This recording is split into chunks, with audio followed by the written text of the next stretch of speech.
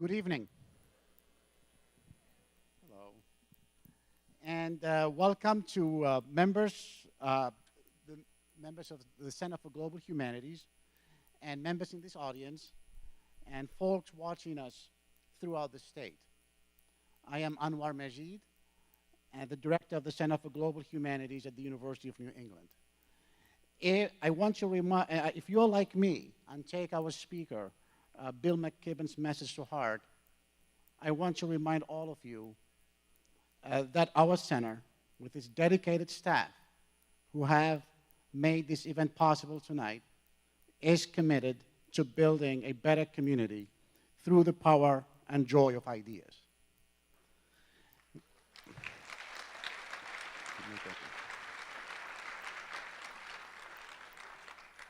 Reading, writing, and discussion are the essence of a humane and enlightened society, one that lives in harmony with its environment. Being active in your community, McKibben tells us, makes you healthier and happier. That is why our center's activities are always, I repeat, always free and open to everyone.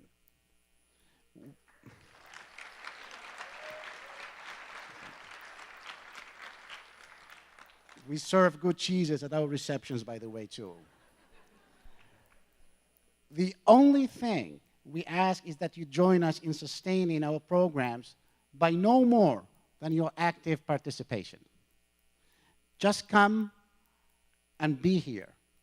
Unless you live tens of miles away, then we'll do everything in our power to bring our programs to you, which is what we, in partnership with the Maine Humanities Council, are doing tonight.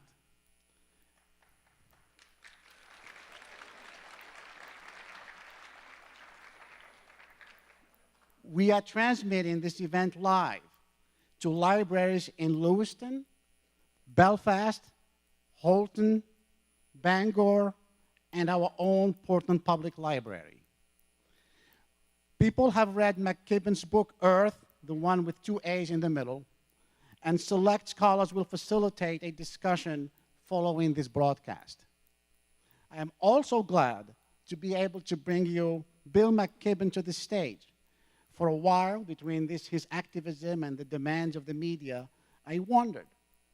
But no, he is here, as you probably already saw.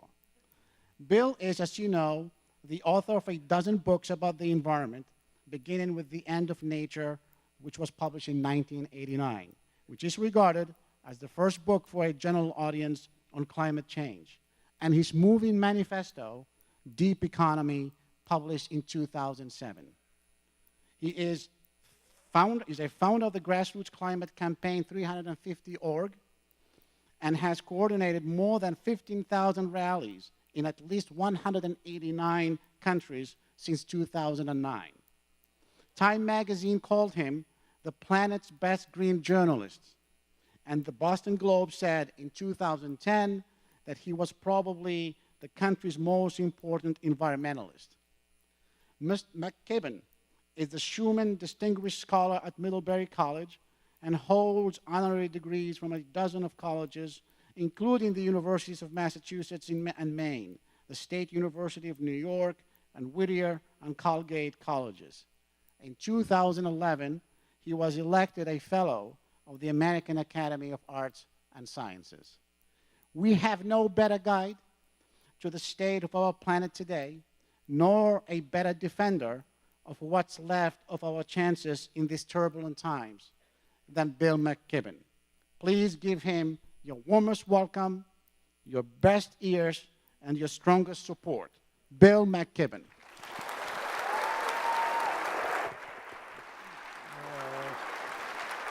Well,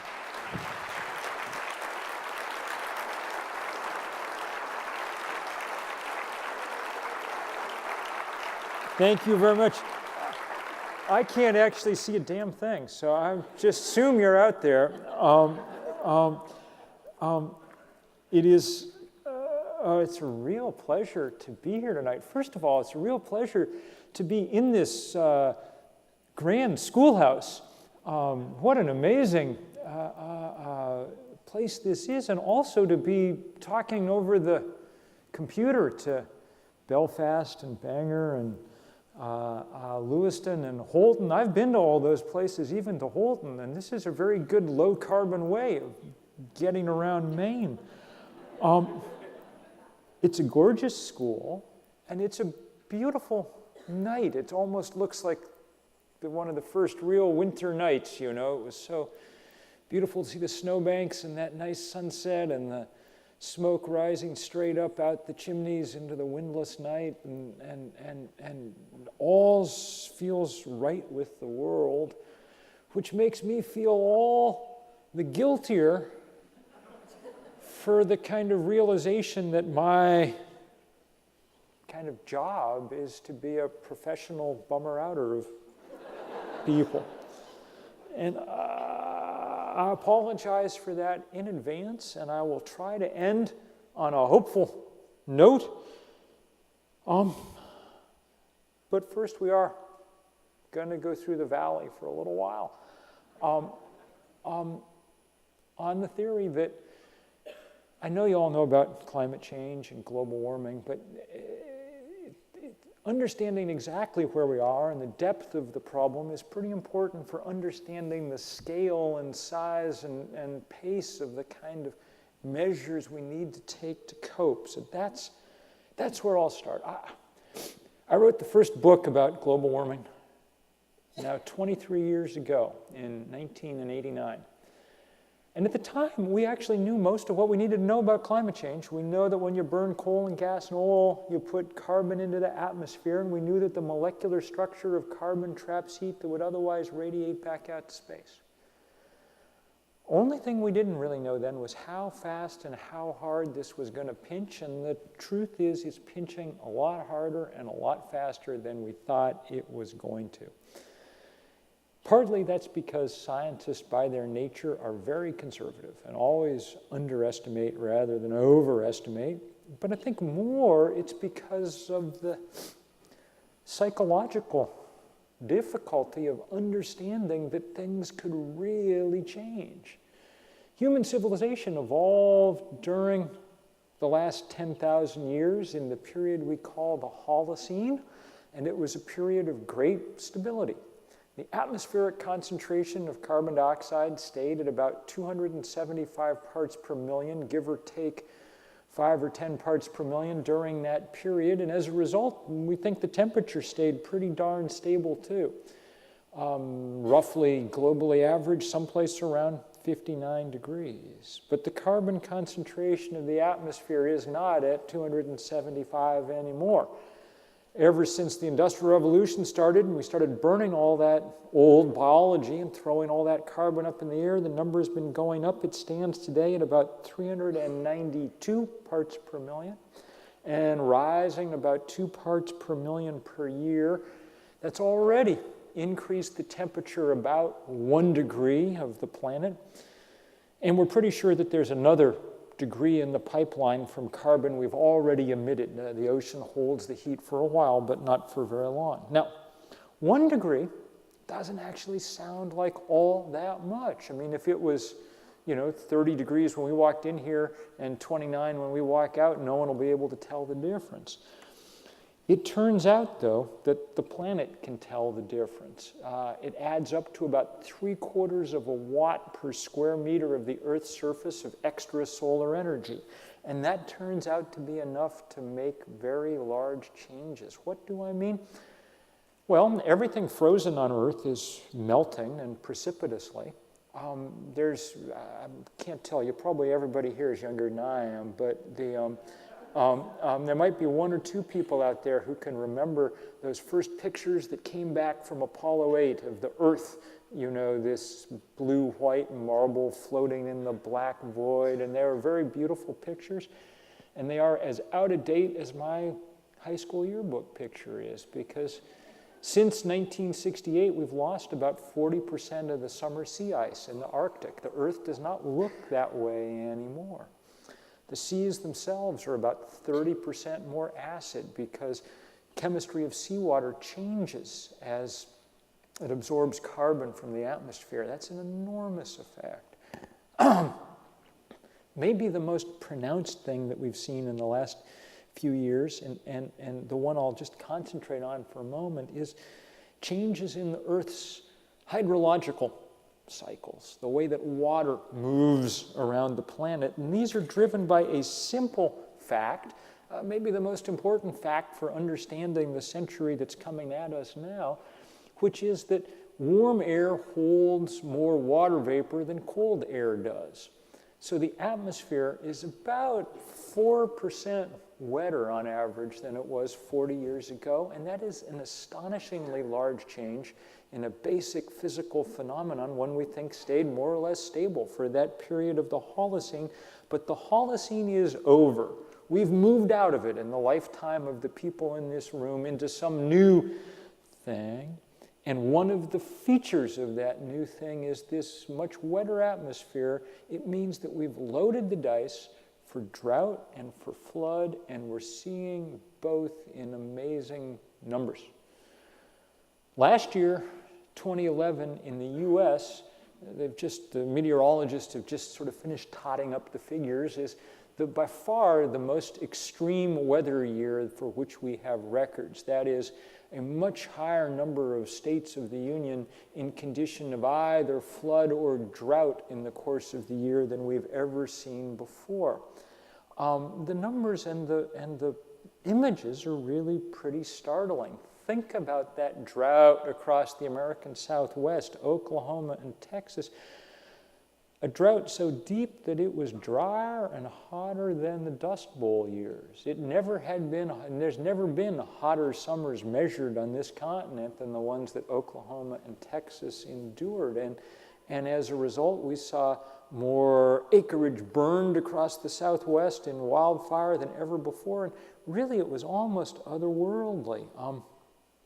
The chief of the Texas Forest Firefighting Service, one day in September, when there were huge blazes killing people and taking out large parts of the suburbs around Austin, he said, "No human being has ever fought fire in conditions like this before." And he was more or less correct. The humidity was all but nil, and the temperature was setting records. It's things like that that caused me to title this last book of mine with that odd title, Earth, misspelled with the extra A. You kind of have to channel your inner Schwarzenegger to pronounce it correctly. So, but that's what I was talking about. A planet, it kind of looks like the one we were born onto, same number of continents, gravity still works, but in fundamental ways, it's begun to shift around us. And of course, the mirror image of drought is flood. Once that water's up in the air, it's coming down. Water vapor molecule only on average stays in the atmosphere less than a week. So the dice is loaded for flood too. And boy, did we see that in this country this past year. In the spring, the Missouri and the Mississippi were carrying more water than they've ever carried before. We had to keep blowing up levees to save cities. That's because we had record snowpack. That's what happens when you have record rainfall and the temperature is below 32 degrees. And then as it melted, we had record rainfall in that Mississippi basin. And when that was done, the flooding continued with wild, unprecedented rainstorms in place after place after place. My home state of Vermont got its taste in late August when Hurricane Irene came up the East Coast. And you'll remember watching Irene make its way up. It wasn't that powerful a storm. Its winds weren't that high. But as it came over the ocean off New York and New Jersey, it encountered record high sea surface temperatures, and that allowed it like a sponge to just soak up water, and then it carried it and it dumped it, a lot of it, on Vermont. And the state darn near washed away. The town next to mine, they were dropping food by helicopter for a week because the roads were all gone and the bridges were all gone. And to understand I can give you the statistical, explain it two ways. Maybe you saw the pictures from that of covered bridges that had been there for 200 years, taking whatever nature could throw at them, washing away down rivers. That tells you something different was going on. And the statistics tell you the same thing. We have 200 years of rainfall records in New England, more really. That means there have been tens of thousands of rainstorms. And that means for those of you who ever studied statistics that it'd be very difficult to set a new rainfall record given all those precedents. But if you did, the record should come by a millimeter, an eighth of an inch, some tiny increment. That's how it should work. We broke one-day rainfall records across Vermont by 25 and 30%. A week later, when Tropical Storm Katie came up a little bit further west, Binghamton, New York, broke its one-day, 200-year-old rainfall record by 60%. That's what I mean when I say we're on a new planet that doesn't work the way that we're used to it working. And of course, in Vermont or in Texas or in Mississippi, we still have enough money to deal with this kind of thing.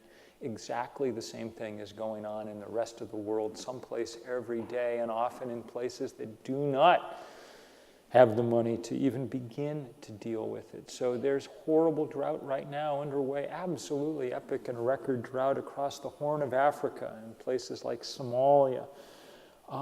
There have been failed harvests all over the world the last 2 years, which have caused the price of grain to spike 60 and 70% and increased the roster of malnourished and hungry people by a couple of 100 million. There's flooding of epic proportions someplace almost every week. The most amazing pictures in the last few months came from Thailand, from Bangkok. Record rainfall. And this is, not some backwater place. Bangkok's one of the great cities on earth, the kind of cradle of Buddhist civilization, and it was underwater. And by the time they'd added up all the damage in Thailand from that flood, it had equaled 18% of the country's gross domestic product. That means in economic terms, it was 25 times more damaging to Thailand than Hurricane Katrina was to the United States. As far as anybody can tell, there's never been a natural disaster that took out that share of a country's economy quite like that. I could obviously go on listing things like this all day, and I won't.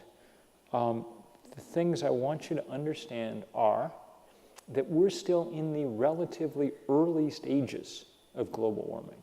That is, the damage described so far can and will get much, much worse. We've raised the temperature 1 degree. The climatologists who've been right about everything so far are pretty clear that unless we get off coal and oil and gas very, very fast, far faster than any government's planning to, that number will be 4 or 5 degrees before the century is out, and most of that will be locked in the next little while. And there is no reason at all to think that we can deal with 4 or 5 degrees. In fact, the agronomists, a big team at Stanford and the University of Washington, published a paper last year saying, from this point on, every degree increase in global average temperature should decrease grain yields about 10%.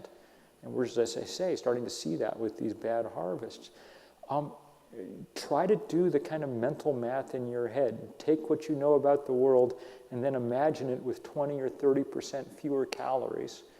And then try to figure out what development looks like and what women's rights look like and what public health looks like and what war and peace looks like. We can't let this happen. We cannot let this happen. It's the most important challenge by far that human beings have ever faced.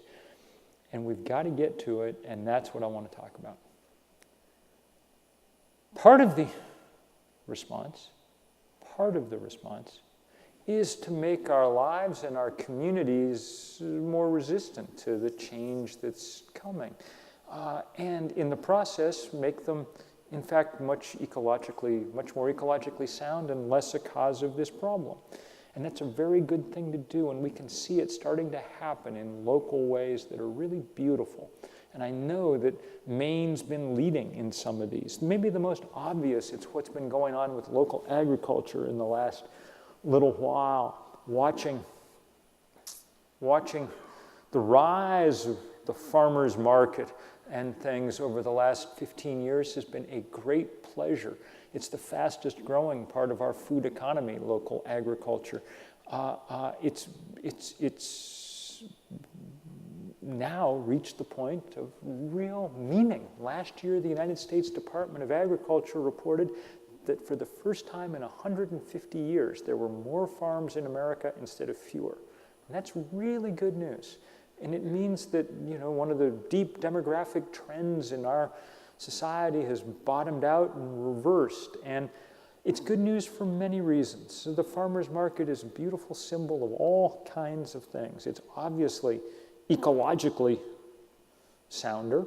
The 5-mile tomato makes more sense than the 500-mile tomato. It's obviously culinarily sounder. I came 500 miles yesterday. I know what I feel like. That's what the tomato feels like also, But more to the point, it's also just sort of socially sounder. A couple of years ago, a pair of sociologists followed shoppers, first around the supermarket, then around the farmer's market. You all been to the supermarket, you know how it works. You walk in, you fall into a light fluorescent trance, you visit the Stations of the Cross around the market. That's about it. When they followed shoppers around the farmer's market, they had on average 10 times as many conversations per visit. They were re-knitting back together the kind of communities that we've allowed to atomize and divide and fragment in the era of high consumer hyper-individualism that we've been living through. So that kind of work is really important, and all of us should be called to it. And you can figure out all the many ways. Most of my writing in recent years has been about just that kind of work. And it's not just food, it's energy, and it's finance, and it's all the things that we can put on a new footing, all the things that we can take out of the category where they now are too big to fail and put them in the category of small enough to make sense, and that's really good work. And I wish that was the only work that I do, because there's really nothing I'd rather do than stay home in Vermont and work. It's very good to be with you all here tonight. And but I like stay at home. Everybody likes stay at home. I've hardly been at home the last couple of years. I got an email in October from my wife saying, "You do know that you've spent more nights in jail than you have at home this year, don't you?" I was like, it's not really the kind of note you want to get from your wife, but the reason that I'm on the road all that time is because if we cannot solve this larger climate crisis, then what we do locally will in the end not matter. And boy, did I get a sense of that when Hurricane Irene roared through Vermont, because Vermont's done at least as much as Maine with local food. There's very few places that have tried to build and successfully built that gorgeous local agricultural infrastructure, and a hell of a lot of it washed away. The Intervale Farms in Burlington, maybe the showpiece of Vermont, 120 acres used to be the kind of informal dump in Burlington. There's now 10 farms there, nonprofit. Young farmers go there for 3 years and get a start and build a market and learn their craft and are mentored. And it's a glorious place, and it provides about 10% of the fresh food that Burlington eats, okay? But not this year. The Winooski rose, and it covered the entire place, and nobody harvested a blessed thing. And there are farms all across the state where the topsoil is now covered with sand from the river. It's a sad and powerful sight to see, and a reminder that we also have to be at work on this larger scale doing something to get the planet set right. What to do about it? I'm not even going to talk about the technologies that we need, because that's the easy part and the part we've really done some work on. 20 years ago when environmentalists talked about wind and sun, we did it with our fingers crossed. This stuff was not quite ready for prime time. It was sort of still the province of aging hippies down in the basement with their array of lead acid batteries, and they were the great pioneers. But now it's not like that at all, Now it's simple as can be. We know how to do this stuff. We're just not doing it. Let me tell you a story to illustrate what I mean. I was in China last year finishing a piece for the National Geographic about energy in China. And China's doing a lot of things wrong. They're building a lot of coal-fired power plants and emulating what we did. They'll never catch up to us as per capita emitters of carbon, but they're giving it their best shot. But they're also building an awful lot of green power, and they're leading the world in that. And one of the most visible and important elements and simple elements of that is what they've done with solar hot water. These solar hot water heaters, which are very simple and basic, are on the roofs of about 60 million buildings in China. When 250 million Chinese take a shower, the hot water is coming from solar panels on the roof. In this country, the number is way less than 1% of people. And not because they don't work. They work fine in Vermont, where I live, at that latitude. They'd work fine here. They work fine anywhere. But we just don't do it because here's the punchline to this story. I spent the day with the guy who built the largest of these solar hot water firms, a thing called Hemin Solar, and we had a wonderful talk together for a couple of hours, an interview, and then he said, as I was leaving, he said, come into my little private museum. This guy, not surprisingly, is very rich. And there, the museum was kind of odd. There were sort of like busts of great men of history, Voltaire and Rousseau and things, but in the middle of it, there's this old sort of rusting solar panel, solar hot water panel. He says, you know what that is? I said, no, I don't know what. He says, that's one of the solar panels that Jimmy Carter put on the White House in 1979 and Ronald Reagan took down in 1985, because he wanted manlier forms of power than that, And seeing that made me realize that at bottom, this is a problem of political will, not technological know-how. We could have been doing all this for a very long time, and the reason that we're not, more than anything else, is the financial power of the fossil fuel industry to keep us from changing.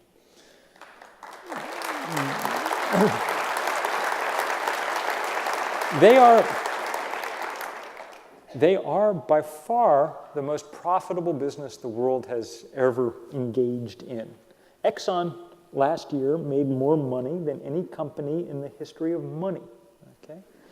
And it takes a relatively small percentage of that money to warp our political process to keep it from changing. That explains far more than anything else why we have a perfect 20-year bipartisan record of accomplishing absolutely nothing on global warming in Washington. Their business model is simple.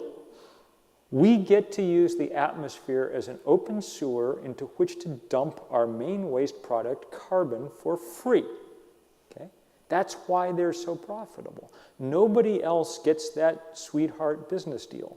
No restaurant in Portland is allowed at the end of the night to just shovel all its garbage out into the middle of the street and leave it.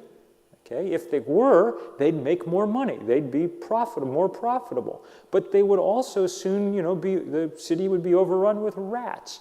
And you'd have to, be dealing with leptospirosis and things. And that's exactly why we don't allow it to happen, and why 100 years ago we started insisting that people take care of their waste. But we don't insist upon that with the fossil fuel industry, and they spend large amounts of money to make sure that no one ever will insist on it. Because they're so powerful, the strategy that environmentalists have used for 20 years to try and make progress on this probably isn't really ever going to quite work. The strategy, which made perfect rational sense, was basically to have our scientific leaders sit down with our political leaders and explain over and over and over again that the most dangerous thing the world had ever seen was in the process of happening and they needed to take action. Okay? And that's how it should work. You know, if the greatest scientists in the world say, look, we're driving off a cliff, then the job of political leaders is to turn the wheel and keep us from going off. But while the scientists were talking rationally in one ear, the fossil fuel industry was bellowing in the other ear, threats and promises. And they drowned out that noise and prevented action, and they had the money to make those threats and promises stick. So we're going to have to figure out, if we're going to make progress, some other currency in which to work. Because we're never going to match them in money, so it's going to have to be something else, passion and spirit and creativity. And that's what I want to talk about for just a moment here. I want to talk about organizing, movement building. It's not something I know an immense amount about. It's not what I set out in my life to do.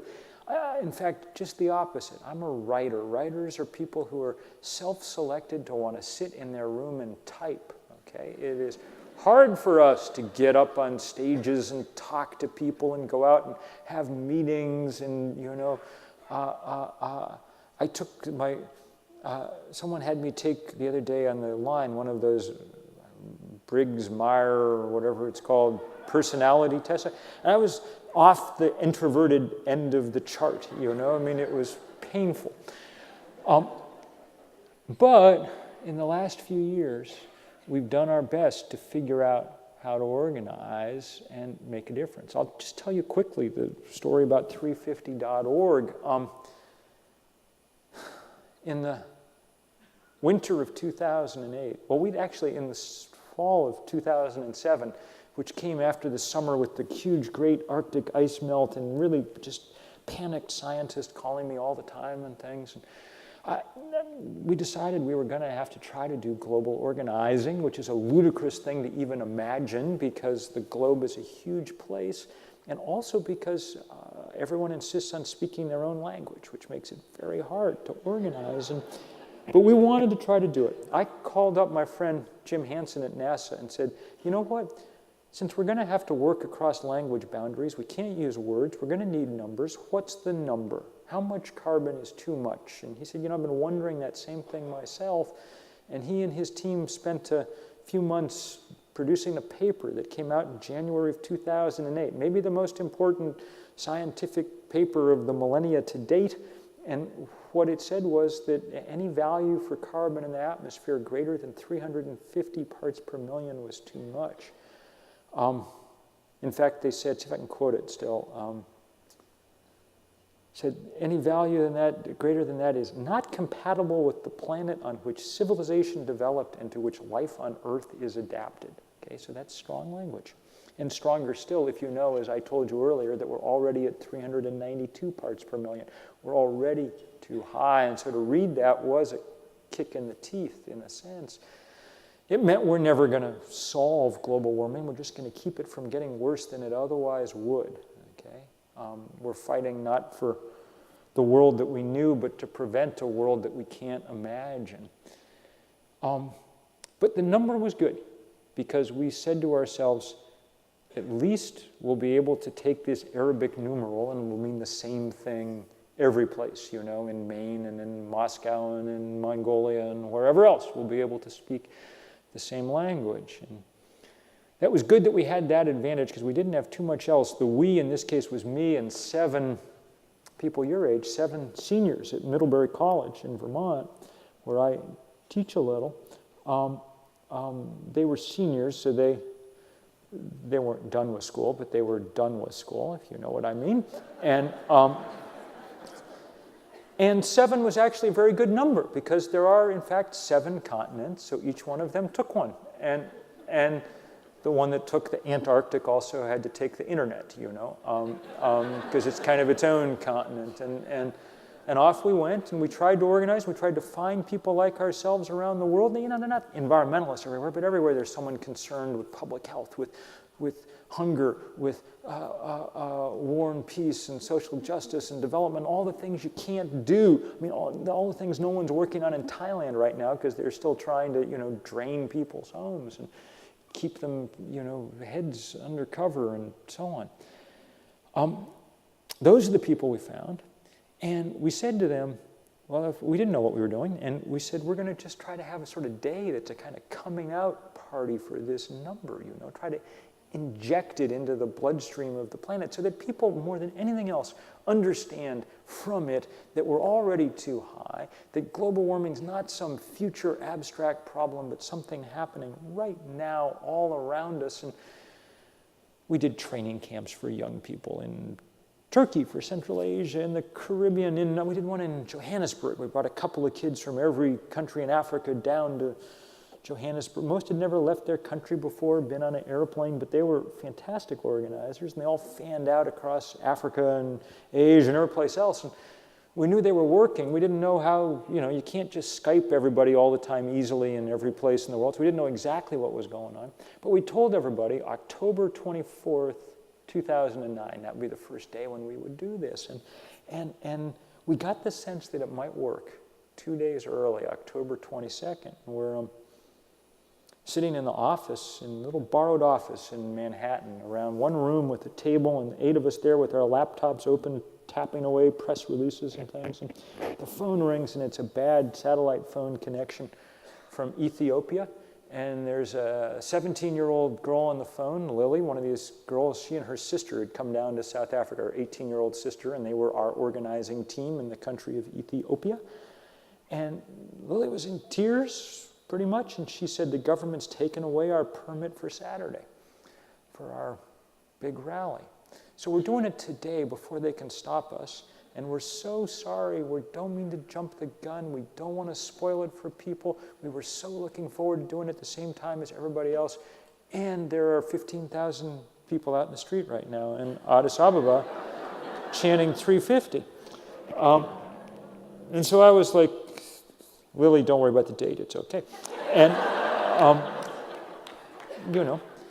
And after that, the pictures just flowed in from all around the world for the next 72 hours or so. There are about 5,100 of these demonstrations in 181 countries. CNN said it was the most widespread day of political activity in the planet's history. And that was, the second one was from US soldiers in Afghanistan.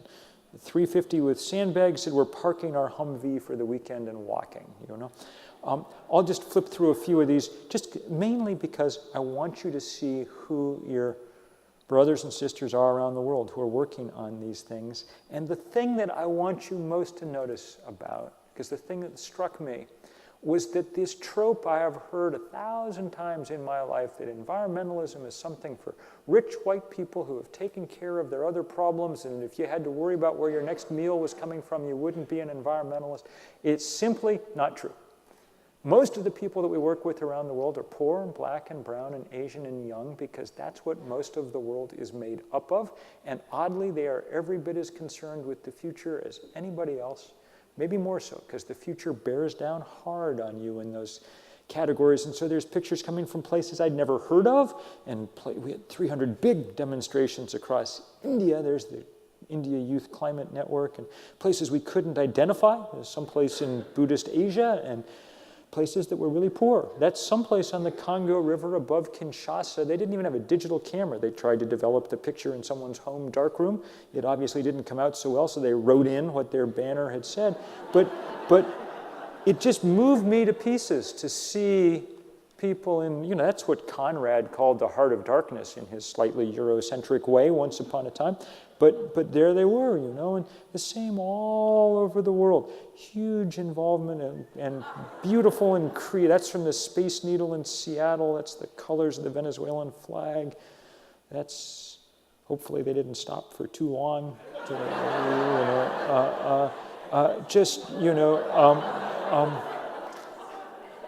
Amazing images, and some of them really beautiful. One of the things that was really great was to see faith communities deeply involved for the first time in something like this. There's the head of Muslim South Africa, next to him the head of kind of indigenous traditions behind in the scarlet, Archbishop Tudu's successor as Anglican Archbishop at the head of a huge multi-faith march across Cape Town.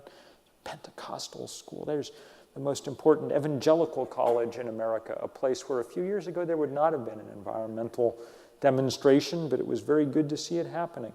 I'd been to Bethlehem to do some organizing, hard place to get to, because there's a lot of checkpoints and things in the way. But the Dead Sea is shrinking very rapidly as temperatures rise, and people wanted to do something.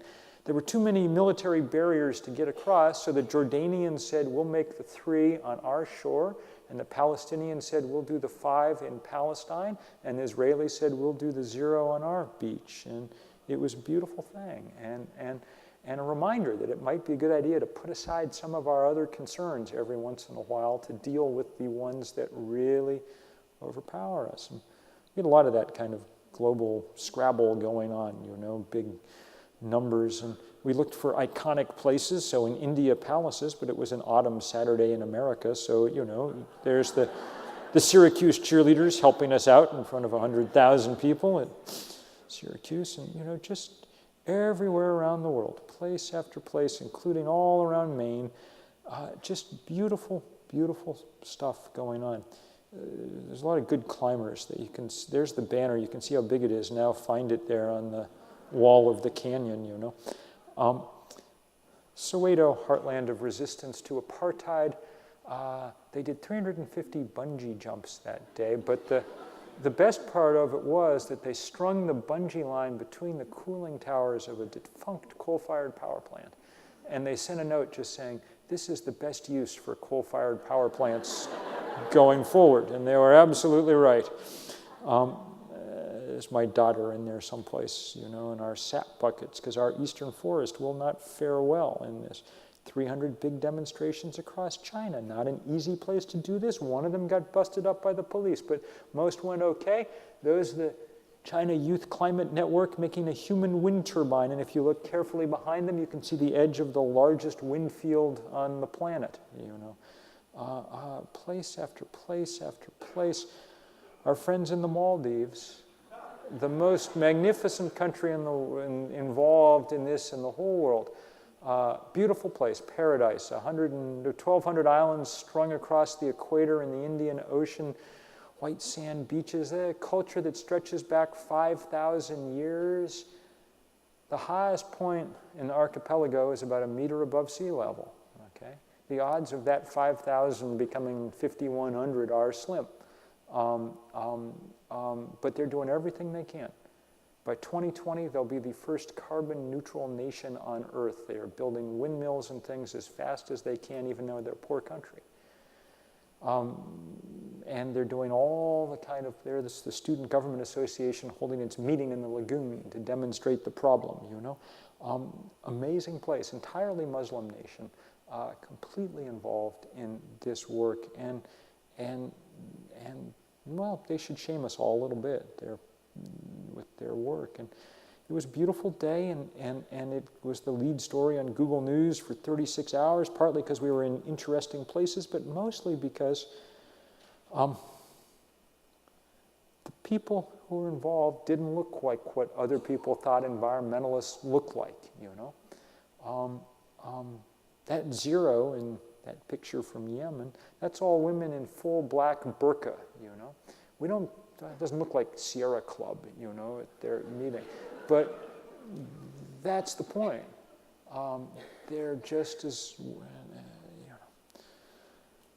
And I confess that there was a file of 600 or 700 pictures just labeled 350 adorable. And they really were adorable. And they really were bittersweet, too. At the beginning of the 19th century, no one could look at, there were going to be bloody wars and refugees and things, but no one in, 1912 could sit and predict who 50 years later were going to be the refugees unless we got our act together. And that's what we can do without any problem here. So it was a beautiful day, and it helped. We got to Copenhagen, the big climate conference 6 weeks later, with a lot of momentum. And we convinced 117 nations to sign on to this 350 target. So that was good. You know, from 7 college kids for a couple of years of work, it was nice. The trouble is they were the wrong 117 nations. They were all the poor ones. The rich ones, the addicts, led by us, weren't yet ready to do anything, so that conference fizzled, and then, you know, nothing happened. The U.S. Senate wouldn't even bring itself to take a vote on the most mild, tepid climate legislation you could imagine. That next summer, they were so scared of the fossil fuel industry, they wouldn't even vote.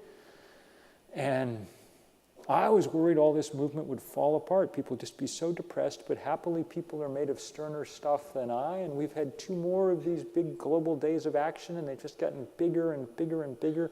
The last one this last fall we called Moving Planet, and it was all about transportation, and there were people on bicycles in huge numbers in pretty much everywhere, every country on Earth involved except North Korea. And it's all great and powerful and just that kind of currency that we need to be working in, spreading the word. And it's also not enough because of that power in the fossil fuel industry that's so hard to break. So we need other kinds of currencies too. And sometimes we need to spend our bodies even. And I'll just tell briefly the story of this work over the last 6 or 8 months about this fight over this Keystone pipeline thing out of Alberta. 6 or 8 months ago, nobody really had heard of it. I hadn't really heard of it. But then again, Jim Hansen at NASA said to me one day, you know, there's a lot of carbon up there in those tar sands. That's the 2nd biggest pool of carbon on Earth. If you could burn it all tonight, which happily you can't, but if you could, we would take the atmosphere's carbon concentration from 390 parts per million to 540 parts per million just from that one deposit. Okay? He said if you tap into it heavily, it's essentially game over for the climate. And so that got us to work, and the place we went to work was this proposed pipeline that would start really opening up those tar sands to exploitation, and we rallied against it. And we knew that, you know, the other guys were going to win unless we were able to really raise its profile. And so we did what I thought we needed to do. A bunch of us went to Washington and did civil disobedience and got arrested. Over 2 weeks, there were 1,253 people. There were 1,253 people put in jail. It was the biggest civil disobedience action in 30 years in this country, and it was really beautiful. I got to see all of it except for the 3 days when I was in jail. I got to watch it, you know, it all every day. And I told people earlier, one of the things we told people was, it should not be young people, college kids, that have to carry this burden. It should be mostly those of us older, because we've spent our lives pouring carbon into the atmosphere, and because, and I really mean this, guys, if you're 18 right now, you know, an arrest record is probably in our economy not going to be your greatest asset, okay? But once you've reached a certain age, what the hell are they going to do to you? You know, I mean, it's like there are few enough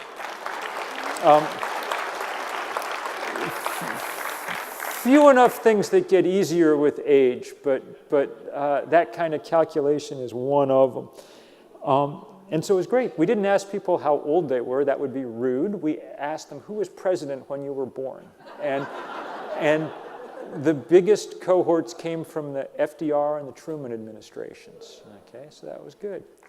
And we also told everybody, if you're coming, wear a necktie or put on a dress. Because we really want to demonstrate the truth of this matter, which is that we are not the radicals here. Not at all. We're trying to conserve the world in something like the fashion that we knew it when we were born. Radicals work at oil companies. They are willing to alter the chemical composition of the atmosphere in order to make money. That is the most radical thing that any human being has ever done. Alter the chemical composition of the one atmosphere that we have. It is crazy radical. And yet, because they have a lot of money, we think of it as normal. At any rate, those arrests, we spent our bodies well. We were kind of anteed up in this game and raised the profile enough that suddenly a lot of people started hearing about it. And then we circled the White House 5 deep in people. And indeed, having raised its profile, we were able to convince the administration that it was a good idea to take more time and review it more carefully. And they agreed to do that, and that was right. And they did that in November, but in December, the Congress went to work. And we think of the Congress as the most, democratic part of our, small d, democratic part of our government, the place where we should have the most access and, so on and so forth. They didn't hold hearings and have experts in for days and try to figure out what was going on with this. They voted 234 to 193 to speed up consideration of the pipeline, and those 234 people who wanted to expedite this thing, between them had taken $42 million from the fossil fuel industry for their campaigns. That's wrong. I know that it's like realistic and how things get done. It's still wrong, and we've got to stop it. It's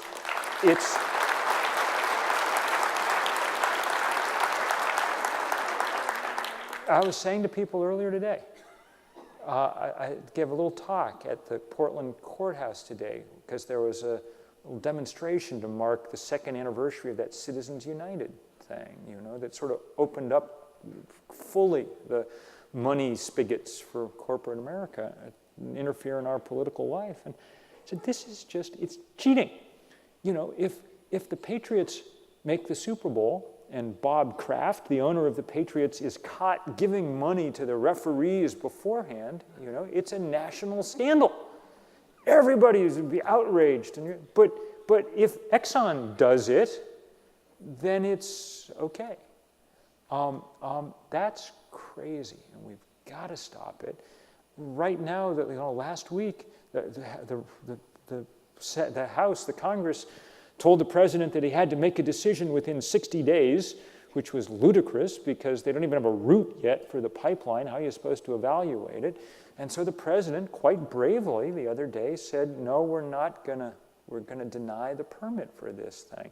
It was brave because 3 or 4 days before, the American Petroleum Institute had issued the most naked of threats. The head of it, this is, Mr. Big Oil, said, do this, and we will exact huge political consequences, quote, unquote.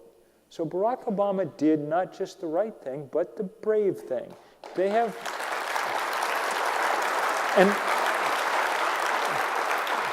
And I say that as someone who's obviously not a big sort of knee-jerk partisan, I got arrested outside the guy's house, okay? But this was good. But today, they're back at it. They're going to attach it to the next payroll tax hike, because they don't work for us. They work for the oil industry, That's who employs them, okay? If you take money, think about what it means to take money from someone, okay? If you at Christmas time, got a present from someone who you didn't give one to, you'd forgotten or something, you felt bad, and you felt, and that's like for a pair of socks, If someone gives you $100,000 for your campaign, well, what do you think happens? We can't afford to keep doing that, and so we're going to have to, we can't afford bad policy decisions year after year that pay no attention to reality, to physics and chemistry. So we're going to have to take that on. And I don't know whether we can win. I don't know whether we'll win on this pipeline, even if we win for right now.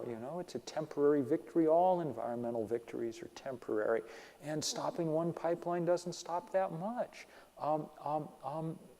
We're going to have to do bigger, deeper change. And I don't know whether we can. I wish I could guarantee to you that all of this was going to work. And I can't. There are scientists who think that we waited too long to get started, that the momentum of this heating is too great to be effectively reversed. The consensus is we still have room not to stop global warming, but at least to prevent it from getting completely out of control. But that window is clearly small and closing.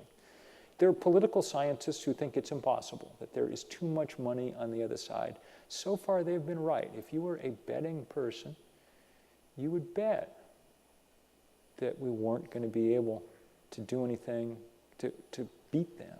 But that's not a bet that you're allowed to make.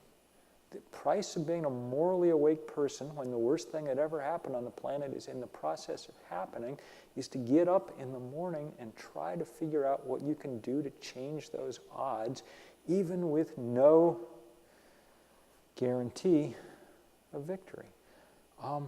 Can't guarantee you that we'll win. Can guarantee you, because I've been in motion the last 3 or 4 years all over the planet, that there are people in rooms like this all over the earth trying to figure out what they can do to come together to do something about it. And I know, I guarantee you, that they will fight, and many of them will fight in these countries that have done nothing to cause this problem. And they look very much to us to exert some leadership because we have real power and real control over much of what happens. So I don't know how it's going to end.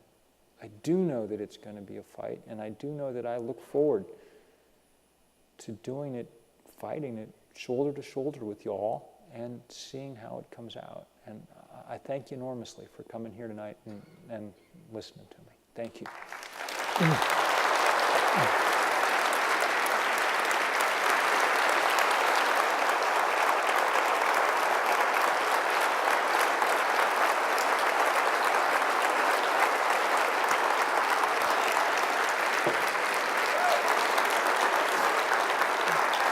Now I can see you. That's good. Yeah, close. Now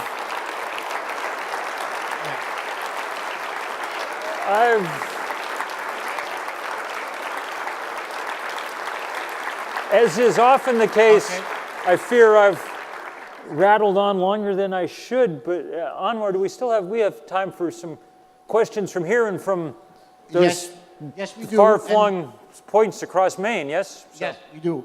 And those who want to ask questions, could you please line up on this side of the lecture hall, and we'll try to accommodate as many people as possible. Can you talk about methane? This side of the lecture hall.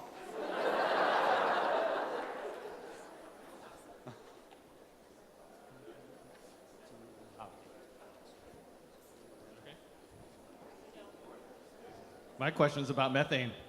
Stop this. It's generally thought that coal is the worst in terms of greenhouse emissions. And I'm guessing that's not true, because it seems to me that the extraction of natural gas is very poorly executed. And they say that it's the cleanest burning fuel, but of course, that's only a half-truth, because you've got to extract it.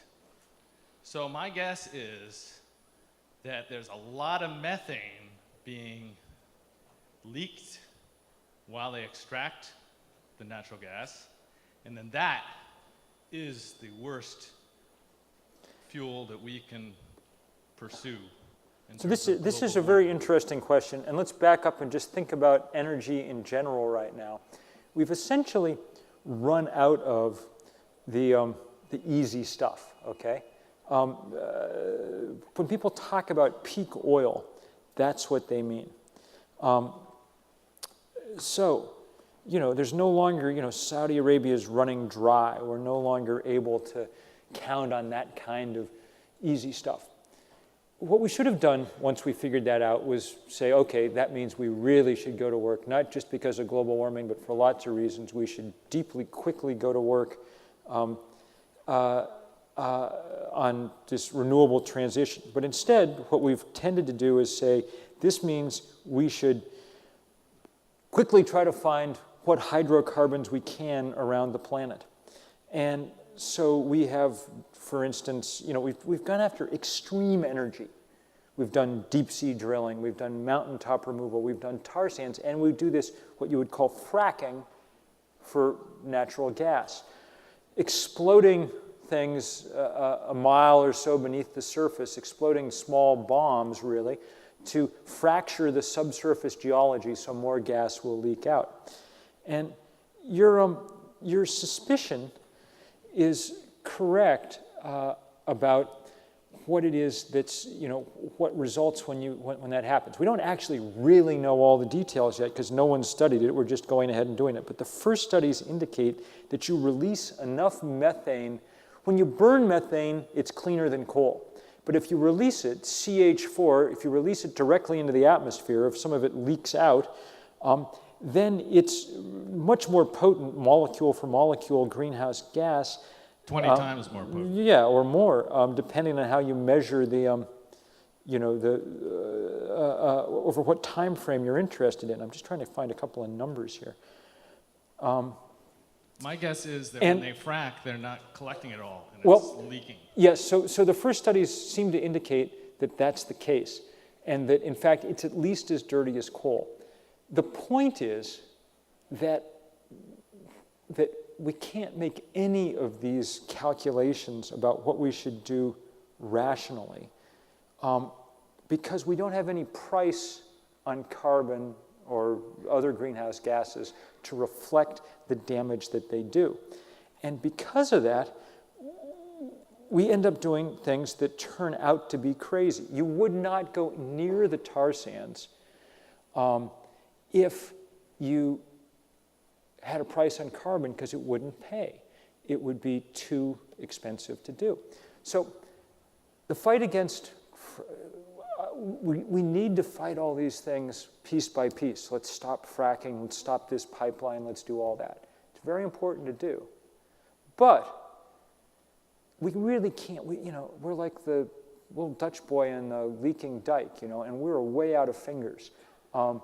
We've got to figure out how to attack it systemically.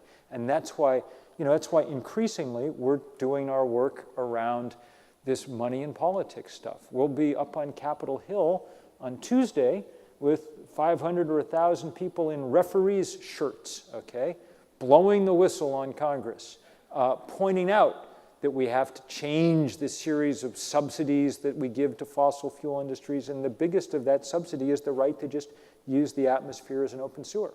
The price on carbon wouldn't even solve this problem because this is unburnt methane. Well, the price on greenhouse gases would solve this problem. Right. And if there was a price on carbon, we would not be going after natural gas in that way. If you want to get involved in this, now I should have said this earlier, and I'm very technologically unoriented. I mean, you can go to 350.org and just sign up. But for those of you who are cell phone carriers, if you turn them back on now, and I know you politely turned them off before, but I'm testing, I haven't done this before, but I kind of want to test it.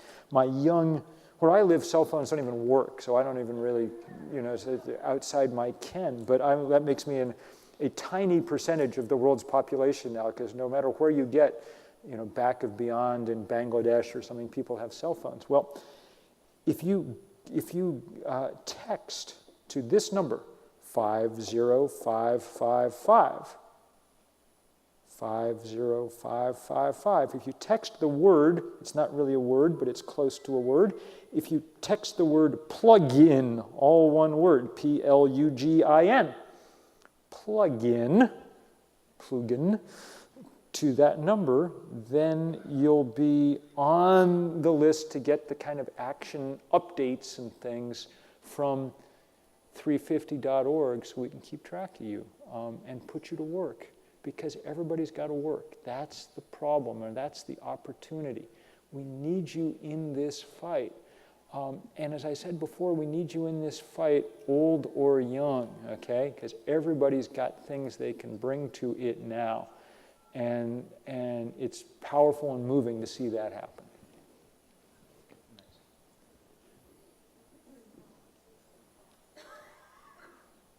Hi, Bill. My name is Glenn Brand. I'm the new director of the main chapter of the Sierra Club.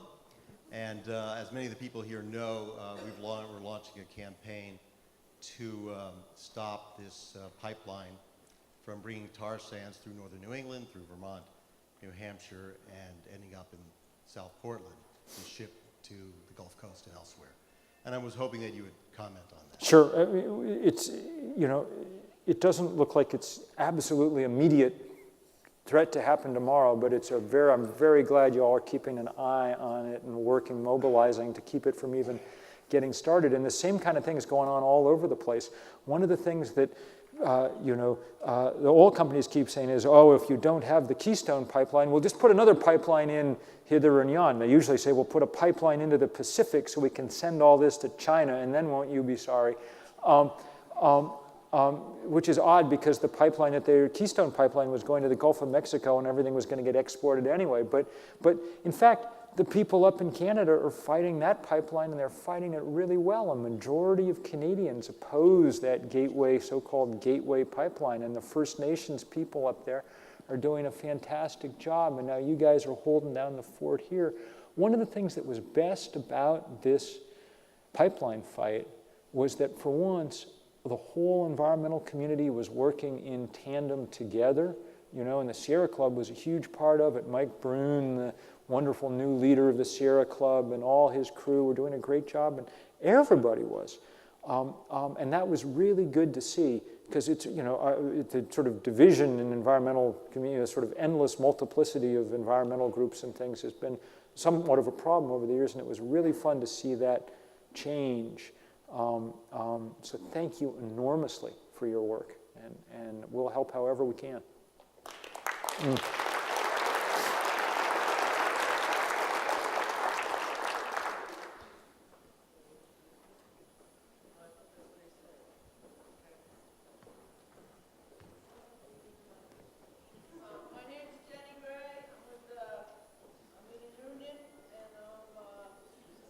Microphone. Sorry, can you hear me now? Okay. And I was wondering methodology, because I get confused whether I should be just getting bees and growing a garden and doing that, but you say the bigger problem is we all need to come together and take care of the big problem first. So, Well, wait. Simultaneous. Simultaneous. Huh, I also have a full-time job. Yeah, okay. So anyway, maybe I can quit that. But anyway, I'm with Occupy, and I tend to think that Occupy is the overreach for Sierra Club, the unions, 350.org, Code Pink, veterans, blah, blah, blah, blah, blah, blah, blah. Think of everybody in the splinter group, and I was wondering, do you think we can all come together under Occupy? I think Occupy is a great thing. I got to speak at 9 different Occupy encampments last fall. I was kind of Occupy tourist, around the, and they were very fun because they all reflected their particular place. Like you got to Occupy Boulder, and everybody there was just as handsome and well as everybody else in Boulder. It looked like they were filming the Occupy catalog or something. They gave me a gift bag, when I made my speech. It was great. When I went down to Zuccotti Park right early on, what I said was, thank God, it's about time. Wall Street's been occupying the atmosphere for a quarter century. It's about time we return the favor, And so I do think that a lot of this energy this year is going to circle around this question of money in politics and corporate personhood. My wonderful Senator Bernie Sanders has just introduced a piece of legislation that would change the Constitution to make sure that corporations aren't people. And so we're going to get all behind this. That's why we're going to be that's why we've got all these referee shirts going out all over the country. We all got to work together on all of this stuff. And that's, I think, what's really happening, and it's fun to see.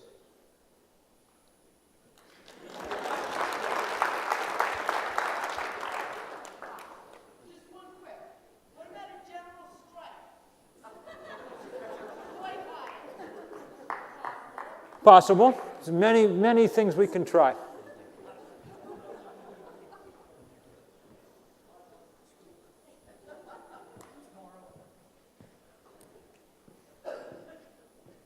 Good evening. I'm Diane Messer. I reside in the town of Liberty. I believe in the currency of the human body also. I was one of the 1,253 in front of the White House.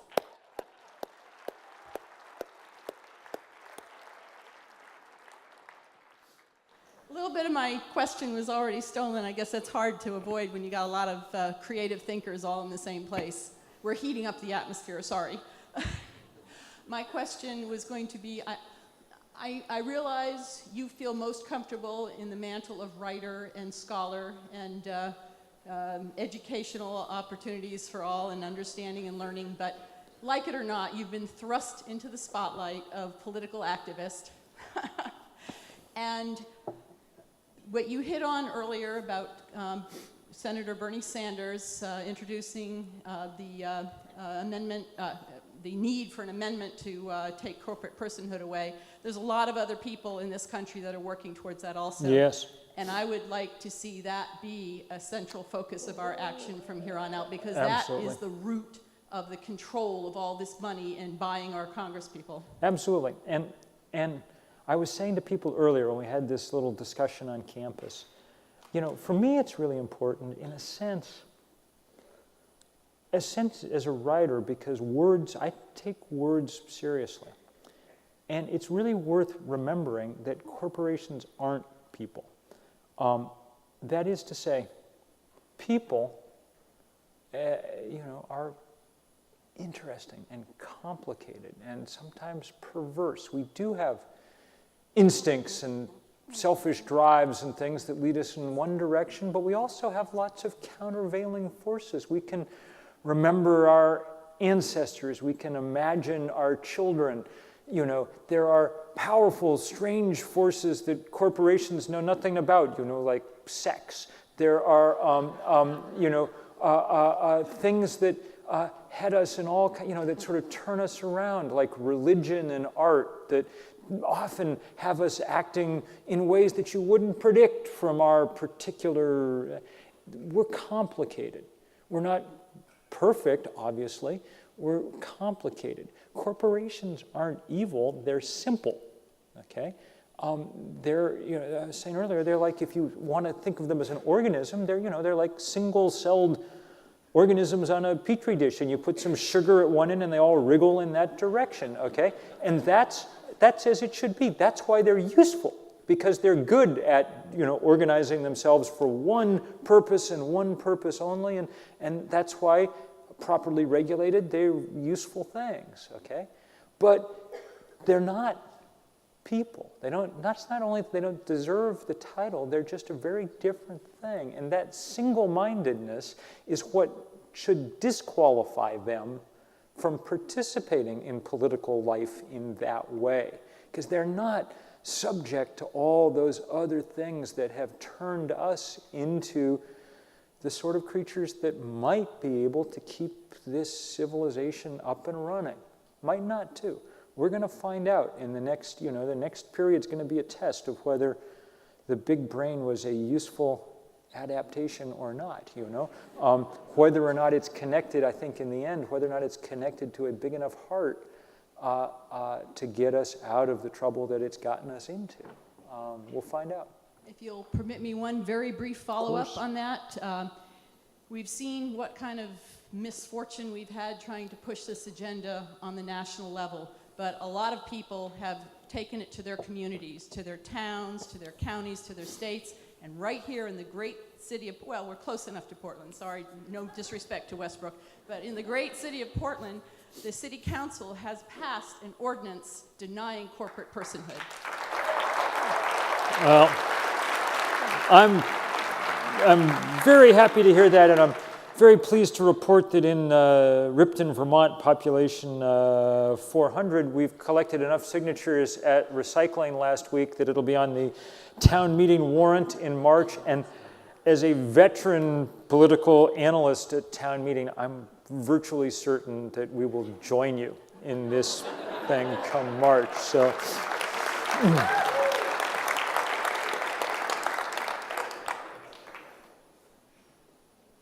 Hi, Bill. I'm John Haley. I'm a science teacher. I live in Falmouth, Maine. And I was wondering, how do you respond to skeptics of climate change? Well, the skepticism, for the most part, around climate change isn't rooted in science. It's rooted in ideology, okay? Which makes it difficult to respond to in a kind of way that might persuade anyone. The syllogism in people's minds, I think, is free markets solve all problems. Free markets are not solving global warming. Therefore, global warming is not a problem, okay? Which is illogical, but emotionally comforting, in that sense. And the real irony of it is that, in fact, markets would do a great deal to solve this problem if we would ever put a price on carbon, okay? That's the kind of strange thing about it. In terms of people who doubt the science, there are not that many of them, oddly. The polling data shows more than 3/4 of Americans understand that the climate is warming, and most of them that we're the cause. But I don't waste an enormous amount of time trying to persuade the people who are still reluctant about this, in part because, as I say, they're often unpersuadable for political reasons, but also because it's my sense that Mother Nature is going to teach them and all of us over and over and over again. We seem to be encountering an almost endless series of what you might call in your classroom teachable moments, as we see flood after hurricane, after drought, after fire, after whatever else. And we do need always to be paying attention to that and to be pointing out when those things happen that they shouldn't be happening in the kind of numbers or in the kind of scale that we see them happening. And that's really, really useful.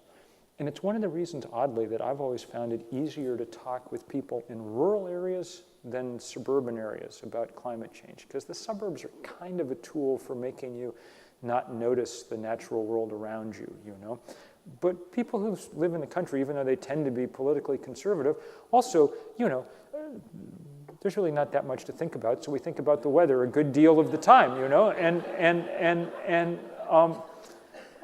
and it becomes very obvious what it is that's going on, My small town in Vermont had its 2 biggest rainstorms ever in the summer of 2008, and our town all but washed away. Well, there's not a person left in Ripton who's not completely convinced. There's a few people who think I'm a nut, but there's, who are not completely convinced that something very big is afoot.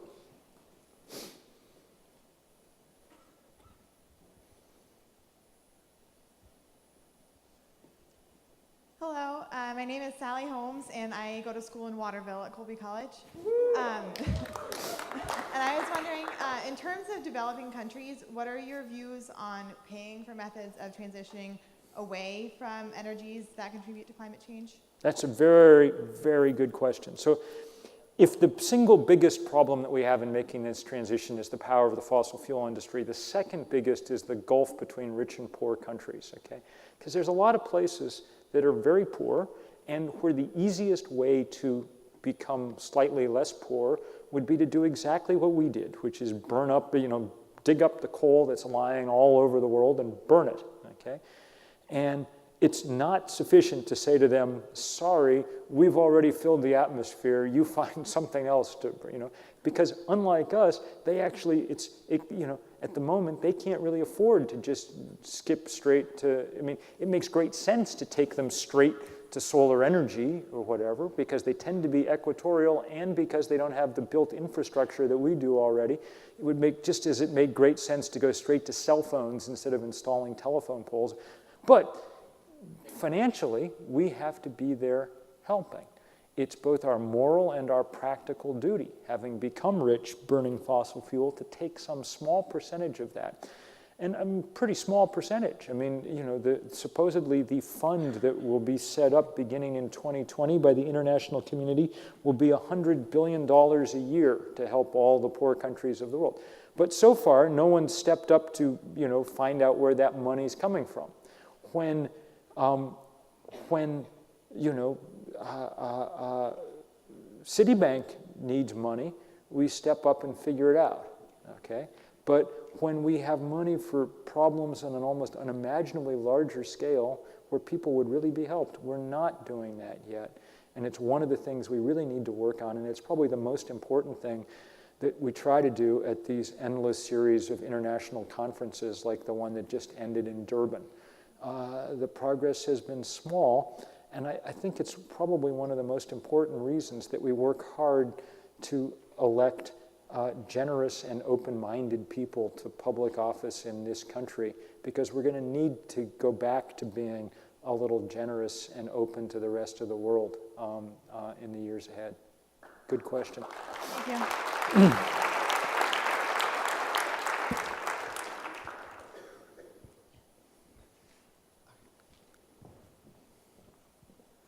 Hi, Bill and everybody. I'm a University of New England student, ENV major, Nicholas. And I'm lucky enough to work in the Office of Sustainability there at UNE. And, well, we were wondering, you know, we have this great opportunity to meet you. What can we do? We live, we school, we, you know, learn, and we do everything on campuses and with faculty and other students. What can we do to help? So, a couple of things. I mean, you can figure out all the like practical things, like you've long since you figured out like what kind of light bulbs, and let's turn off have computers, and we'll make the copier print double-sided, and you know, all that kind of stuff. You don't need me to tell you that, okay? But you can take it the next step. That, you know, at certainly in New England, any university, it's, you know, the heating and cooling, especially the heating function that takes up a huge amount of energy, and you can figure out ways to change that and do interesting things with it. That's what we've worked a lot on at Middlebury, where I am. But just as important, you can make sure that you're getting people at UNE or at Colby or anyplace else organized to be politically involved in this fight too. Because in the end, that's going to pay at least as large a dividend. And in fact, in the case of Maine, it's incredibly important. You guys actually are one of the few states that have a couple of senators who are like plausibly, who like sometimes change their minds about things, and occasionally, you know, not very often, but occasionally can be persuaded to cross over and do things, whatever. Well, you got to persuade them on some of this stuff, you know. If Olympia Snow said, no, we're not going to do the Keystone Pipeline, that would be an enormous help, for instance. The final thing I'd say to people in college is this. Pay attention to remember I talked before about like farmers markets and all the people having the conversations and things and how important that was. A huge problem in our society, and one of the things that drives the patterns that we have, is that we are so hyper-individualistic. Okay, since the end of World War II, we've spent most of the wealth in this country on the project of building bigger houses farther apart from each other. Okay, and that's both driven up the amount of energy we use almost exponentially, and it's actually resulted in us becoming somewhat less happy. When you survey Americans to ask them how happy they are with their lives, the number of people who say they're very happy peaked in 1956 and has gone down since, which makes sense because we run into each other less often. The average American has half as many close friends as they did 50 years ago. So the reason I'm saying this in relation to college is that it's, for people who are resident in a college anyway, it's an interesting 4 years. It's the only 4 years in the average American life when you live the way that most human beings live for most of human history, i.e. in close physical and emotional proximity to a lot of other people.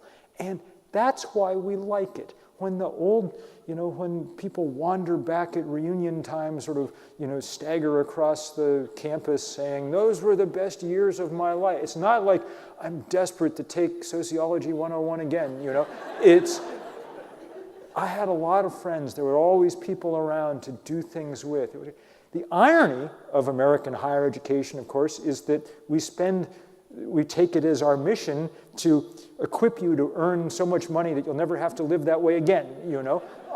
But you don't have to do that. You can think more creatively about what kind of, and so just take note of what's going on around you, you know. And if you like it, take that as a clue for how you might organize your life later, would be what I'd say.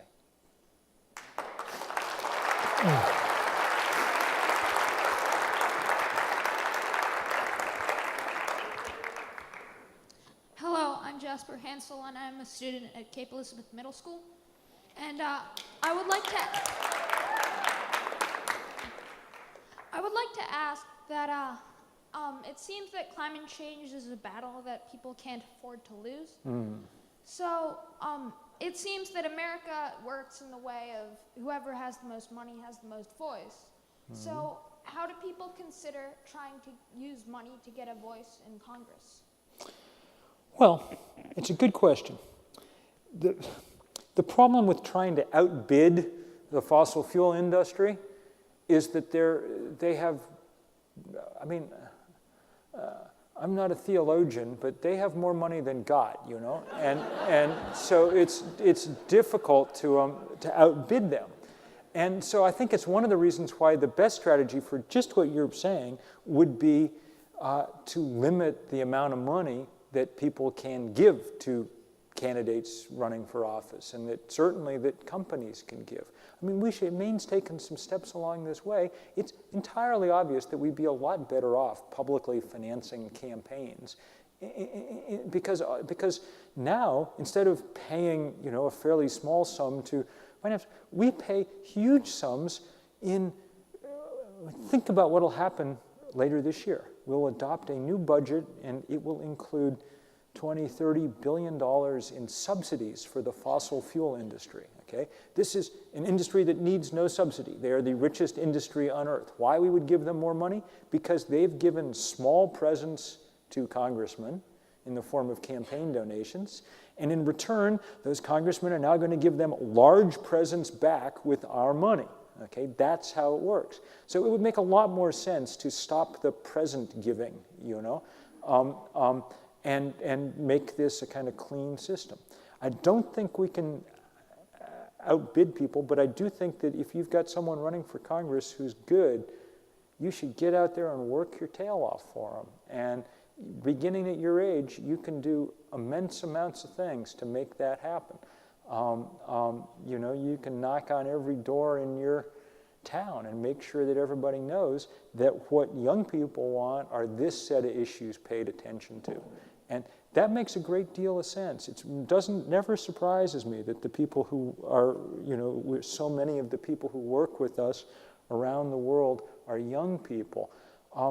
Look, I'm 51 now, so I've got, you know, another, if I'm lucky, 25 years or something. You've got 70 years, you know. So it's very much in your interest to make sure that the planet's in as good shape as it possibly can be. So get out there and knock on doors. That's what I'd say. Okay.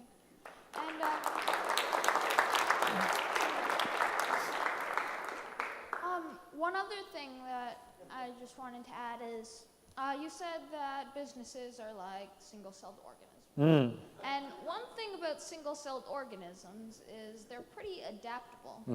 So what I'm wondering is, like, if we take off all those subsidies to those big businesses, I'm pretty sure they can adapt. I agree with you. And it's a very good point. It's very well put.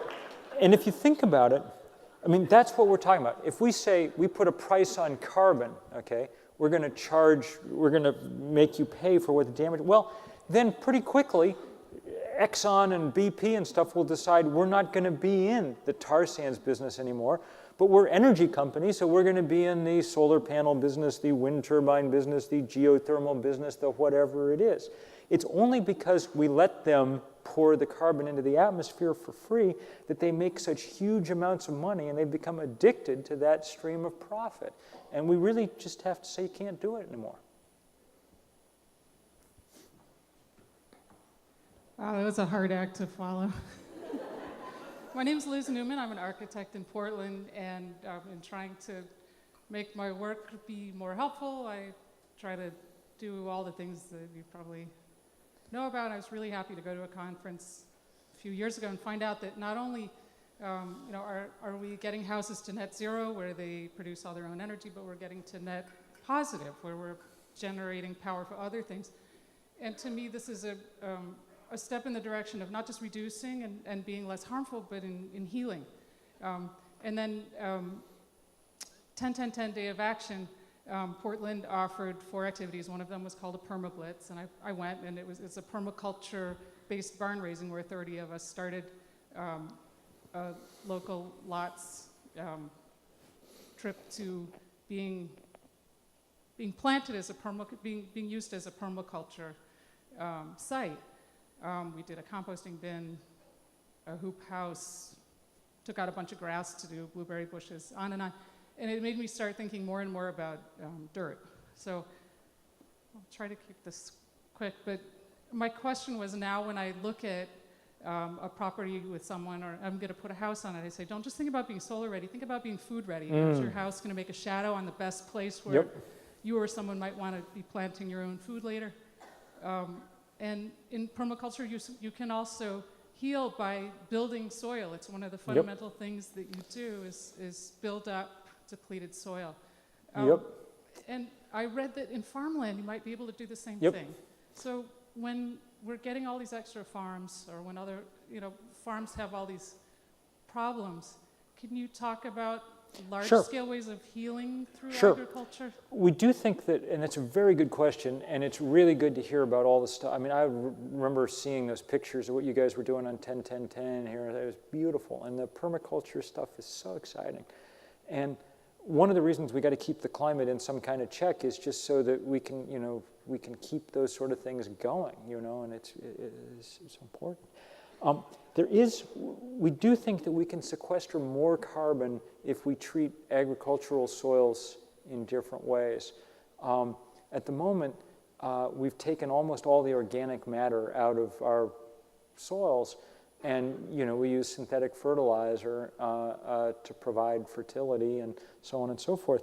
And that means that they are not good carbon sinks, but there are ways to make them better. And ironically, some of them are really interesting. There's been a lot of work in the last couple of years indicating that if you take large hooved animals, livestock, and graze them in ways that mimic the way that buffalo and antelope and things once grazed, i.e., you move them around, you have them very concentrated in small herds, and you move them around a lot the way that wolves used to, they create very rich soils that sequester more carbon and methane than the animals give off. So there are things that are possible, but none of them matter unless we also stop pouring carbon into the atmosphere, because nothing we can do can keep up with the pace at which we're going now. But there's tons of good, interesting, hopeful things going. And the irony of my outlook and my work in writing on all this is I love all these things, and I think that I really just sense that we're on the edge of a very new world that'll be very beautiful and work really well, and the only thing that can keep us from getting there is the kind of climatic destruction that we've got to head off, because it's just too big to overcome. You can have the most beautiful permaculture, local organic food system in the world, and if it doesn't rain for 30 days or it rains every day for 30 days, you're still not going to grow anything, So we got to make sure that the planet works in some kind of form. Very good question.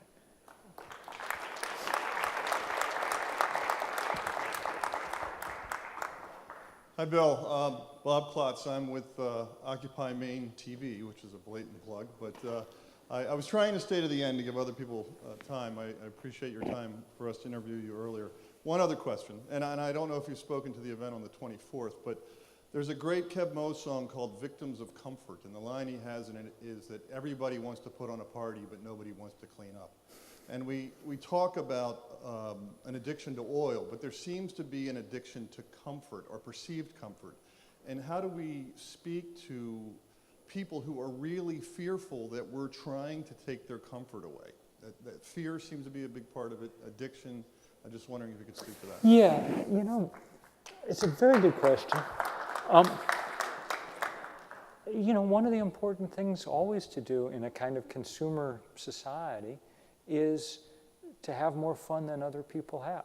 That's one of the few subversive things that you can do in that society. And so like when we did this moving planet thing last fall, and it was all about transportation around the world, there were plenty of people who were doing, studies about transportation and carbon emissions and stuff, but mostly we were like, get lots of people on bicycles wherever you are, because bicycles are a part of the solution, and because bicycles are one of the few tools that both rich people and poor people use, so there's real inherent solidarity in the whole thing, and because bicycles are fun. It's hard to be on one without smiling, and if you're in a group of 500 people riding bicycles together, it's one of the most amazing feelings in the world. It's like some big animal kind of snaking up the road, and you feel really powerful, and we have to take some of that, rub some of the glamour off the car and attach it to the bicycle, and anyway, if you go ride a bicycle all the time, then you'll be, forget about comfort, you'll be a much sexier person than the, person who's been sitting in the car all the time. There's human drives even more basic than the drive for comfort, and important to take advantage of all of them. So it's a very good question, and none of this should be dreary.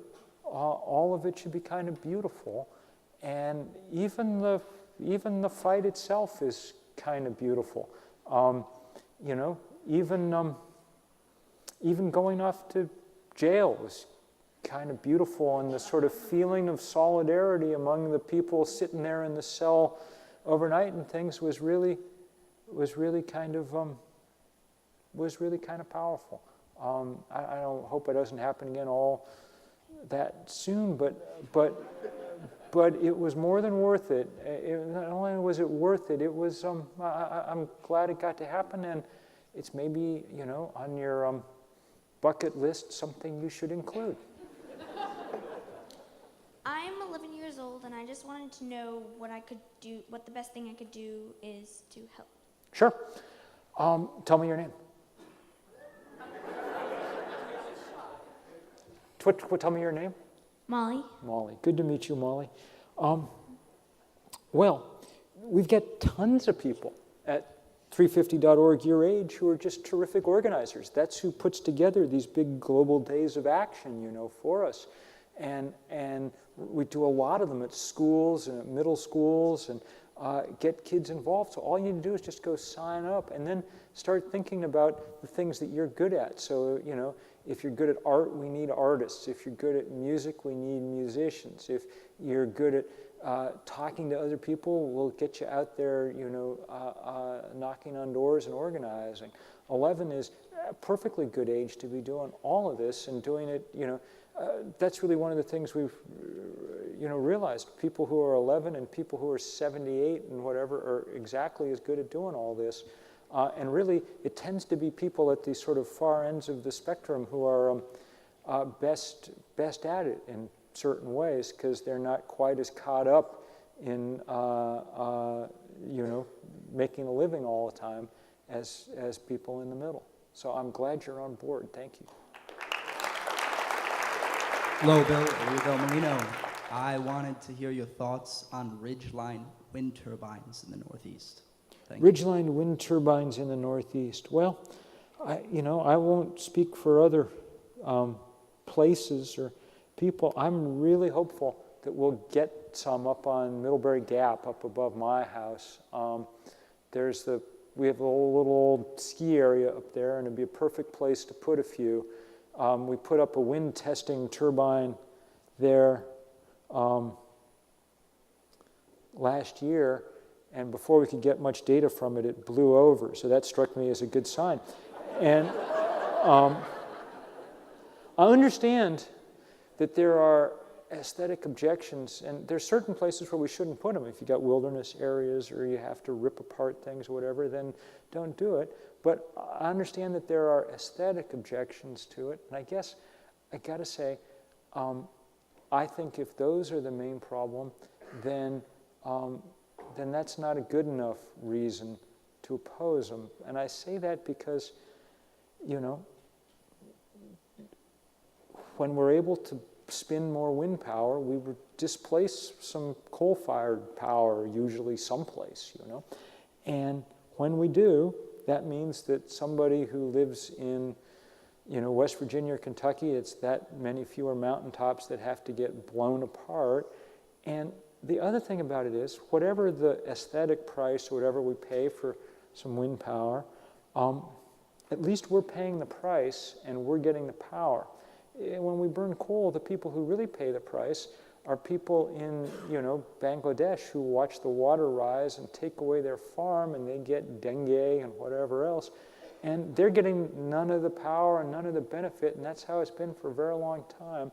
And that's not right. So we got to, you know, whether it's wind or some other way, we got to figure out how to be more self-reliant on renewable energy in places close to home. Don't rip apart, you know, every mountain range that you can think of, but do figure out what it is that's close to home that can provide some energy, be it, you know, the tide or the wind or the sun. And, you know, Maine's not any sunnier than Vermont, but I know that those solar hot water heaters will work just fine here, and they're cheap and they pay back fast, and get on them. Excuse me, we have 3 more questions left. Hi, I'm Bill Linnell. I'm a co-founder of Cheaper, Safer Power here in Maine, and led the successful fight to shut down the Maine Yankee nuclear plant 12 years early. Also went to Colby. And anyway, the nuclear industry will take all the concerns about climate change and say that they have the answer. And I have some responses to that, but I was just wondering if you could respond to that. You know, I don't think nuclear is going to play a huge role in all of this, partly for all the reasons that everybody knows about. You know, post-Fukushima, the chance of people building one seemed small in most places to me. But mostly at this point also because it's incredibly expensive power. And we've run through, you might have noticed, a good deal of money in the last 4 or 5 years. We really don't have like an endless amount to just waste on things. And nuclear power, at the moment anyway, the current generation of nuclear power plants are a really expensive way to produce electricity. And we're probably better off, if we're going to subsidize anything, and all nuclear power gets subsidized, making sure that we put up renewable energy instead.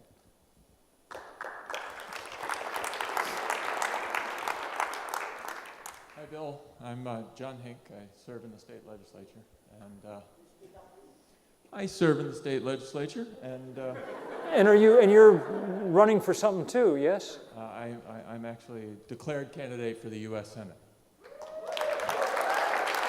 Thank you.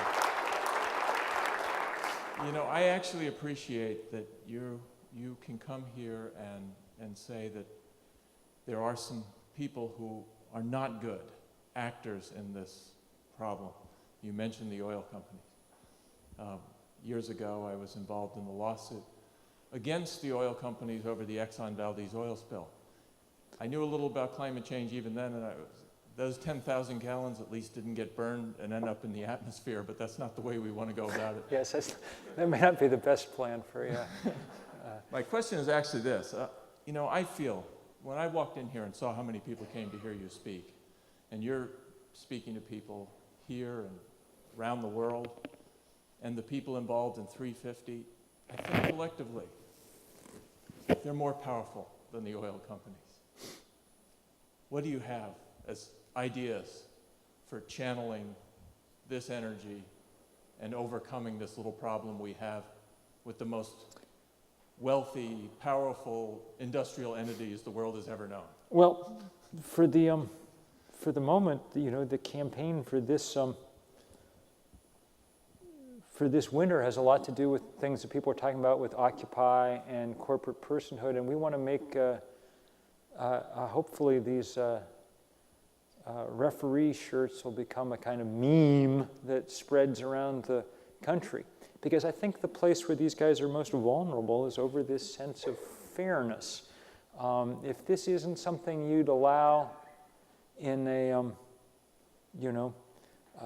high school science fair, if you didn't allow people to come in and buy the judges there, then we really should not allow it in Congress. It's not fair. And I think people are really beginning to wake up to that. One of the interesting statistics in the world right now is that the approval rating for Congress is at 9%. 13% of Americans approve of polygamy. 16% of Americans, somewhat bafflingly, approved of the Gulf oil spill, okay? So, ripping a hole in the bottom of the Gulf of Mexico is twice as popular as the US Congress, all right?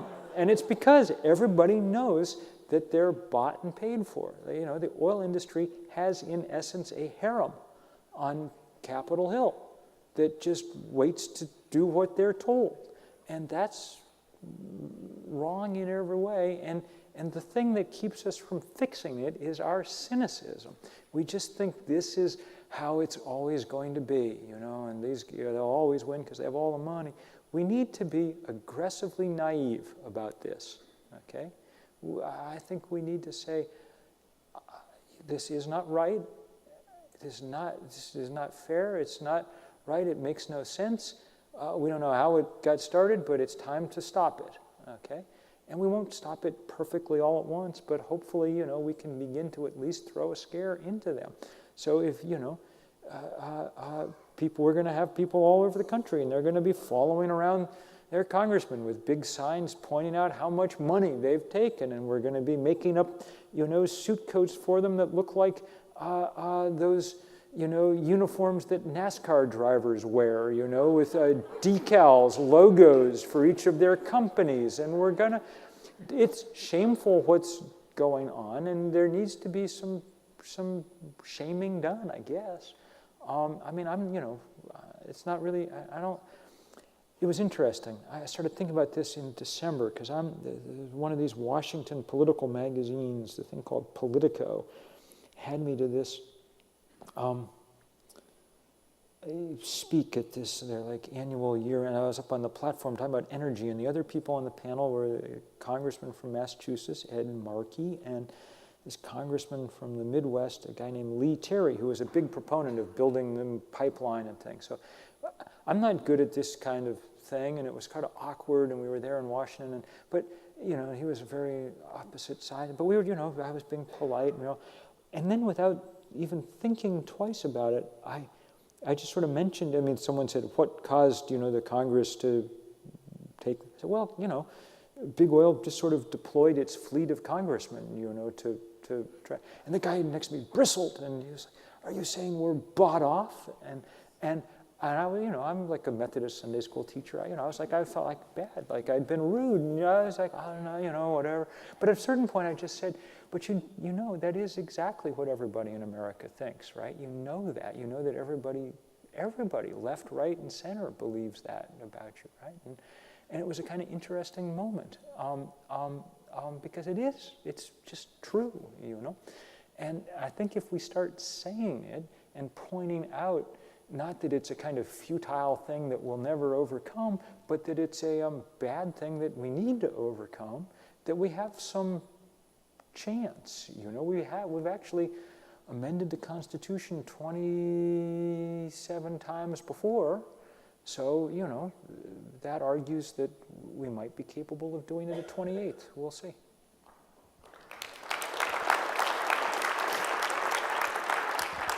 Hi, Bill. My name is Meg Wolf. In the recent years, we've been hearing the slogan, veganism is the new Prius. Could you address moving towards a more plant-based diet for the health of the planet? Sure.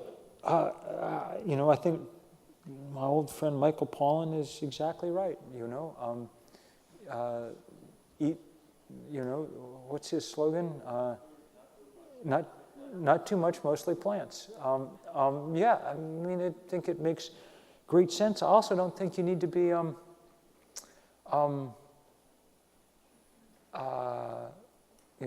overly fanatic about it.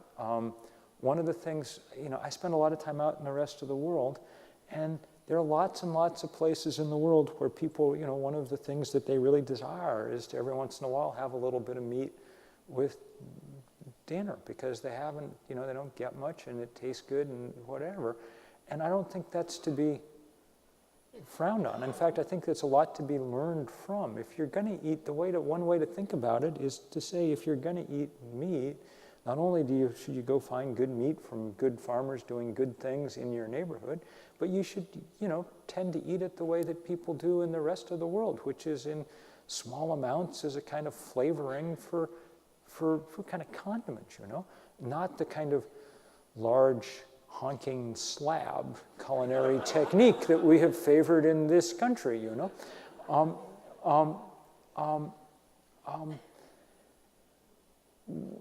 There's always a danger with environmentalism, as with many other things, of being overly dogmatic and turning people off.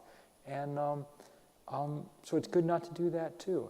As I said before, I think that the secret is to have more fun than other people have, and part of that involves, eating delicious, good things close to home. And frankly, I think we may have reached the point where I'm going to stop so I can go eat some of them. Thank you all.